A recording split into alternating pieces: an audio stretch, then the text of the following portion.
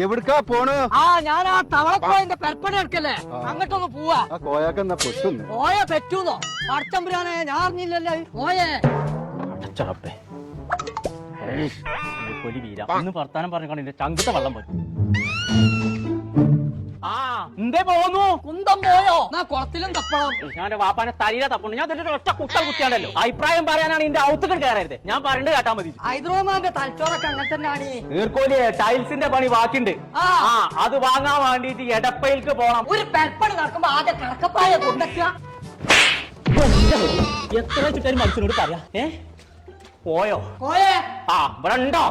എടപ്പയിലേക്ക് പോയി കണ്ട് ടൈൽസ് എടുക്കണം എന്നാ പറഞ്ഞതേ.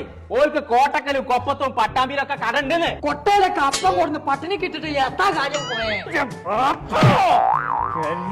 ടൈൽസിന്റെ ഒരു കടണ്ട് കോട്ടക്കലും കൊപ്പത്തും പട്ടാമ്പിയിലും. എടപ്പയിൽ നിന്നാണ് അതിന്റെ പേരത്. അവിടെ ആദായത്തിന് കിട്ടുന്നായി പറയേണ്ടതേ.